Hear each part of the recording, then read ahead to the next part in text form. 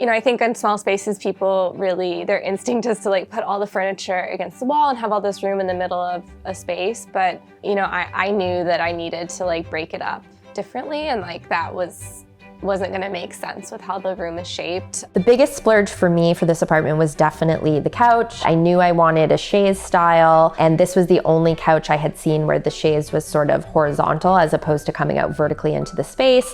I didn't want it to come out vertically into the space because I thought it would really create a barrier between the nook and the bedroom and the living room, and I just wanted it to feel very open and to flow nicely together. So I love that the sofa is just sort of open on this one end. So this actual studio room has to function as my bedroom, as my living room, as my photo studio, as my art studio, as my entertainment area.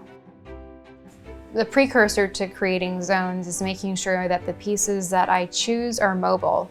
So everything can be moved around for the most part, and to me that always gives me optimal use of space.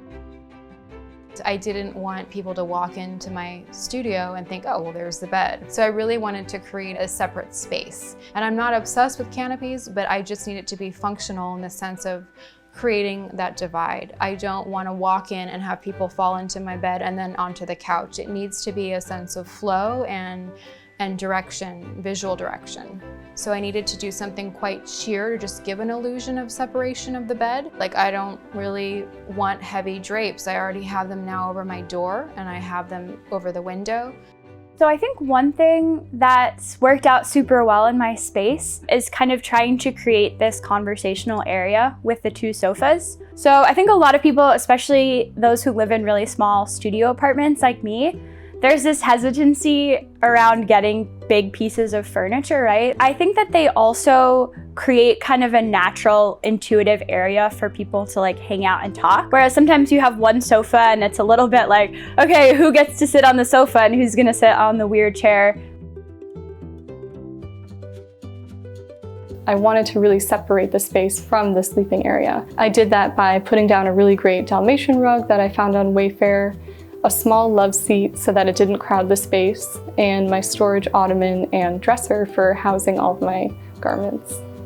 We love this carpet, and I really wanted to bring it because it's pretty big, but we used it as a divider between the living room, the dining room, the music, the little desk area. So we made it so that we had to put basically all of our living space on this carpet. And it's nice because when we sit here, we just focus on the TV. We don't have, we're not looking at the dining room area. The dining room is somewhere else. That's also a nice trick to sit away from other areas so that in your mind, you're not in that room.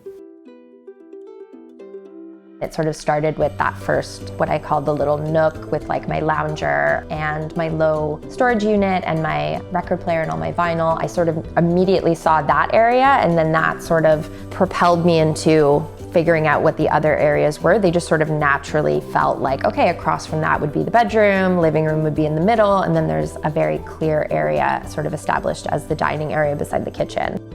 I wanted to create like a little reading nook, and the chair in the corner belonged to my great-grandmother, and so it was important for me to find a good place for that, kind of tucked in the corner, and I can look out the window and people watch.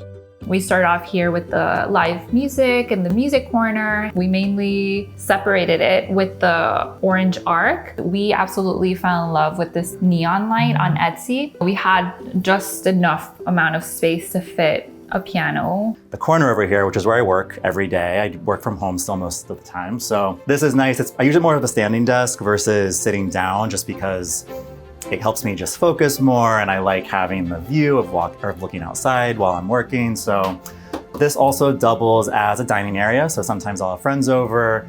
We can open up the windows, enjoy New York City, and just sit here and share a glass of wine together. This is my bedroom nook. So to kind of make this its own space, I made this bookcase to be the exact kind of height and width that I wanted, and loaded it up with this giant plant and a lot of books to really kind of delineate the space. And then I also got these curtains, my bed frame, my bedside table, and the artwork that hangs over my bed are all from Facebook Marketplace.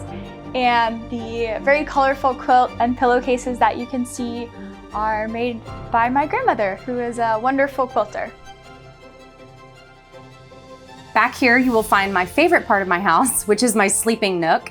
It's dark and cozy, and I created this lath wall to be kind of an accent. Sleeping in this little sleeping nook is super cozy, especially when it's raining. I have a metal roof, and there's no natural light back there, so it gets really dark and warm and cozy. I can see how others might feel claustrophobic, but I personally love it.